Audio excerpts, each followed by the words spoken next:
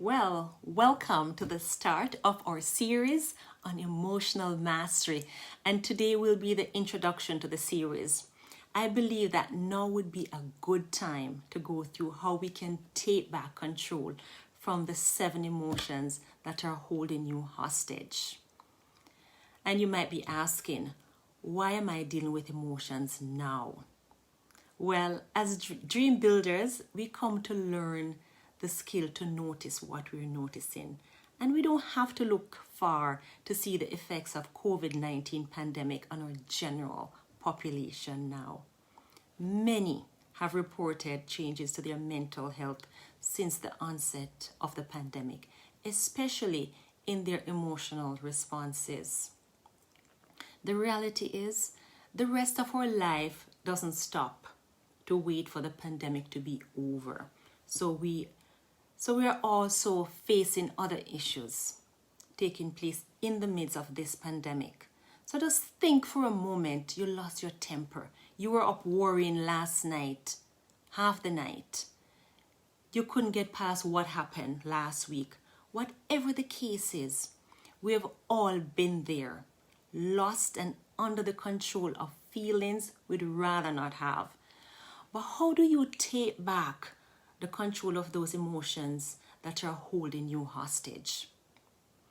And it might help to consider each of these emotions as though they were a person.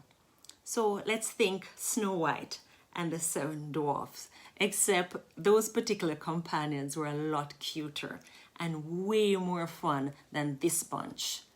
These guys are a little bit more like a clique at school, sometimes even at a workplace. You know the one who caused mayhem every time they showed up. So let's take a minute to get to know their names. We're talking about anger, fear, shame, anxiety, apathy, despair, guilt. Whew, that was a tough crowd. But don't let this crowd intimidate you. First of all, emotion serves a purpose, as you'll find as we go through this series. And even these, when they get out of control, they become trouble, which is what we're going to address during the rest of this series, right? And each day we're going to focus first on the emotion itself and what purpose this particular emotion typically serves, and then we will learn how to break the grip of each emotion in 3 easy steps. So no more prisons because of emotional distress. Emotional mastery is right around the corner. So let's dive in. Let's get emotional. You're mad, you're glad, you're sad. You feel 100 different things in a single day, every single day of your life. Of course, these emotions are never quite so simple as all that, right? So being happy, it can take many forms. You can be joyful, jubilant, you can feel accomplished, content, elated, which was one of my father's favorite words when he was happy. It could be one of many other words that dig into the nuances of this single emotion. Likewise, anger can become fury, rage, peeved, miffed, depending on the degree. So you don't have to understand any of these nuances to feel them. Emotions happen whether you want them or not. And there's no easy one-size-fits-all definition of emotions. Your emotions are unique to you and only you. So while one person might have been feeling a panic or distress at their graduation, you might have felt pure happiness. And both emotional responses are genuine and appropriate for the situation, an entirely different physical component. So the question is, why do you have emotions? Emotions are complicated things. You can find yourself struggling to navigate them, well, sometimes. So why do we have them? Without emotions, you wouldn't last long. You need them just to survive. Emotions keep us safe. I believe all of us hold within us the basic need to be safe.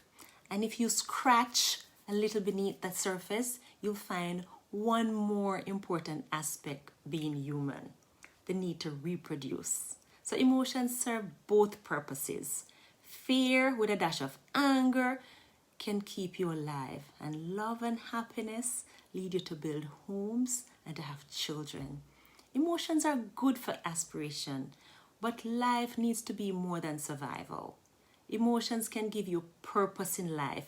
You might seek after things to try to make the world a better place because you rage at injustice, crave satisfaction in your work, and you hope for the future. Decision making is another purpose, your gut reaction. Those are nothing but pure emotion. And more often than not, your decision making can be more emotional than logical. And even more surprising, you tend to be more right often when you're listening to those emotional cues. Empathy. Empathy is another one.